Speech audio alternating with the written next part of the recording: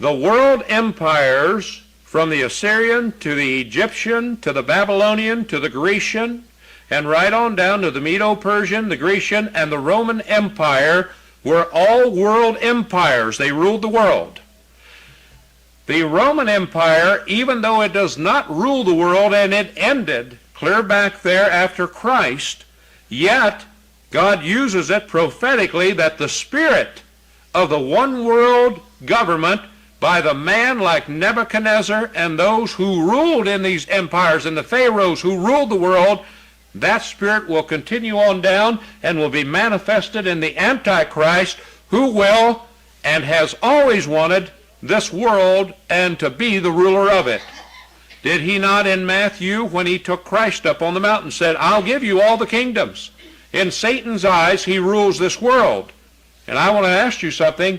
If you look around in it, look at the people who are controlled by that old boy.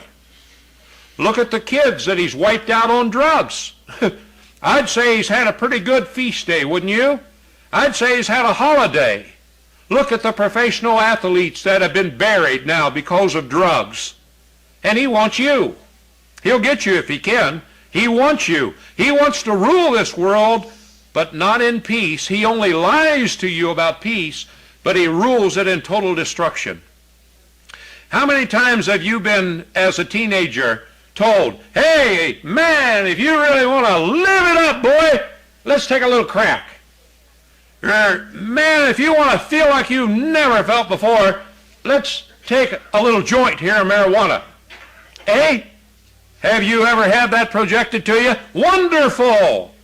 Then after you take it, you get so sick on your stomach, you're throwing up and everything else, or you got such a splitting headache, you feel like your brains are about ready to fly out through your skull, and you find out the wonderful thing that was projected to you turns out to be your worst enemy. Satan sits back and he says, I got that fool. Look at what he's done with this world. Is he not the God of this world that God says in 2 Corinthians 4:4? I'd say he is the God of this world, isn't he? Isn't he pretty much controlling things? I'd say that he is.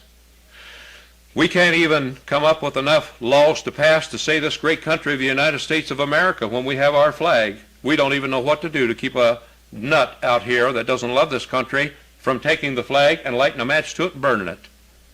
I'd like to see them just hold him still for a minute, take their lighter and light his pants leg. Let him worry about getting it out. It sounds cruel, doesn't it?